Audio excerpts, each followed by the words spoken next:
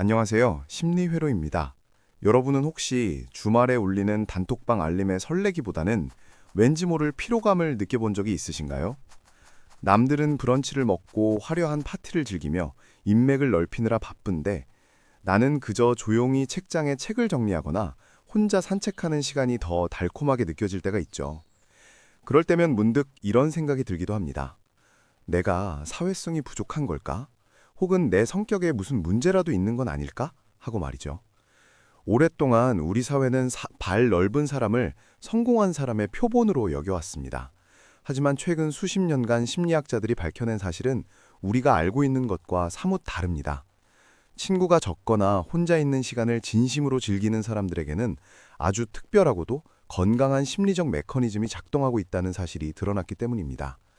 오늘은 친구가 적은 사람들의 내면에서 어떤 심리학적 역동이 일어나는지, 그리고 그것이 왜 결코 결핍이 아닌 하나의 강력한 성격적 지향성인지를 깊이 있게 파헤쳐 보려고 합니다.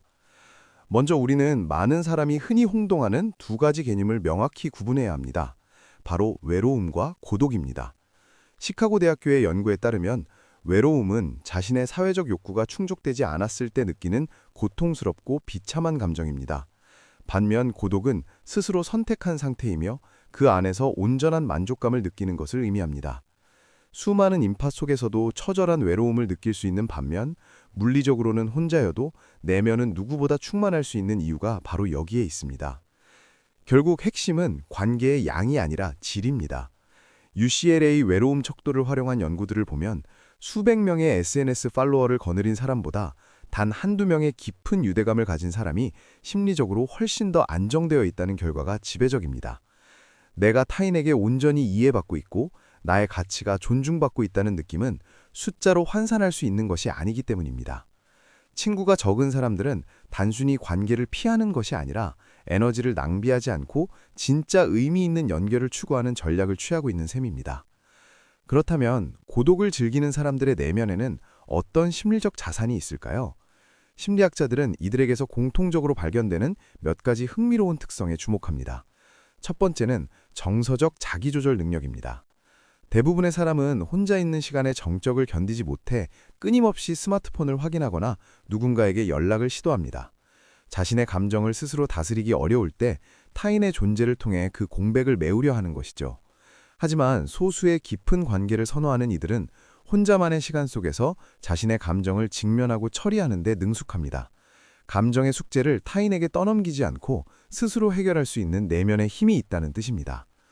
두 번째는 높은 자아 개념의 명확성입니다. 이들은 타인의 피드백이나 시선에 의존해 나를 정의하지 않습니다. 내가 무엇을 좋아하고 어떤 가치를 중요하게 여기는지 스스로 잘 알고 있기 때문에 굳이 다수의 승인을 얻기 위해 가면을 쓰거나 원치 않는 모임에 참석하지 않습니다. 사회가 정한 기준이 아닌 내면의 나침반을 따라 움직이는 내재적 동기가 강한 것이 특징입니다. 이런 심리적 특성은 뇌과학적으로도 증명됩니다. 우리가 사회적 자극을 처리하고 타인의 눈치를 살피는데 에너지를 쏟지 않을 때 뇌는 비로소 확산적 사고 모드에 진입합니다. 심리학에서 말하는 이 상태는 여러 해결책을 탐색하고 서로 무관해 보이는 정보들을 연결해 독창적인 아이디어를 만들어내는 창의성의 원천이 됩니다. 알베르트 아인슈타인이 단조롭고 고요한 삶이 창의적인 마음을 자극한다고 말했던 것처럼 친구가 적은 사람들은 외부의 소음을 차단함으로써 자신의 창의적 잠재력을 발휘할 수 있는 광활한 정신적 대역폭을 확보하고 있는 것입니다. 물론 여기서 주의해야 할 점도 있습니다. 친구가 적은 것이 건강한 선택일 수 있지만 만약 그것이 선택이 아닌 비자발적 오립이고 스스로가 세상에 홀로 남겨졌다는 강한 소외감을 느낀다면 이는 건강에 치명적일 수 있습니다. 국립노화연구소의 데이터에 따르면 만성적인 오립감은 주의력과 인지 기능을 저하시키고 장기적으로 심혈관 질환이나 인지능력 감퇴와 연결될 수 있다고 경고합니다. 따라서 우리가 스스로에게 던져야 할 질문은 내 친구가 몇 명인가가 아니라 지금 나의 사회적 환경이 나의 내면적 요구와 일치하는가입니다. 심리학적으로 볼 때 우리 모두에게는 각자에게 맞는 사회적 영양 섭취량이 존재합니다. 어떤 사람은 매일 새로운 사람을 만나 에너지를 얻으면 반면 어떤 사람은 단 한 명과의 깊은 대화와 긴 휴식 시간을 통해 생존 에너지를 충전합니다. 두 유형 중 어느 것이 더 우월하거나 건강한 것은 아닙니다. 단지 타고난 기질과 환경에 따른 차이일 뿐입니다. 하지만 우리 사회는 오랫동안 외향적이고 넓은 관계를 맺는 것만을 정답으로 제시하며 조용하고 신중한 이들을 비정상적인 존재로 치부해 왔습니다. 그러나 연구 결과는 오히려 고독을 선호하는 사람들이 더 강한 심리적 경계선을 가지고 있으며 정서적 회복 탄력성 또한 높다는 것을 보여줍니다. 이들은 관계를 단순히 수집하는 것이 아니라 깊이 있게 성찰하기 때문에 일단 관계를 맺으면 그 누구보다 진정성 있고 단단한 유대감을 형성합니다. 결국 친구가 적은 사람들의 심리학은 관계에 대한 이야기가 아니라 나 자신을 온전히 지키는 방법에 대한 이야기입니다.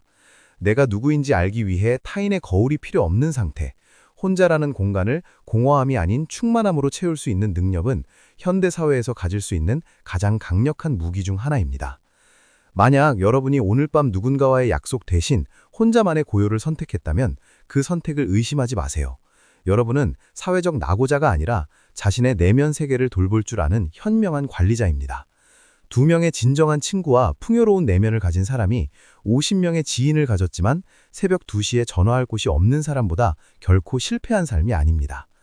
우리는 모두 각자만의 속도와 농도로 세상을 살아갑니다.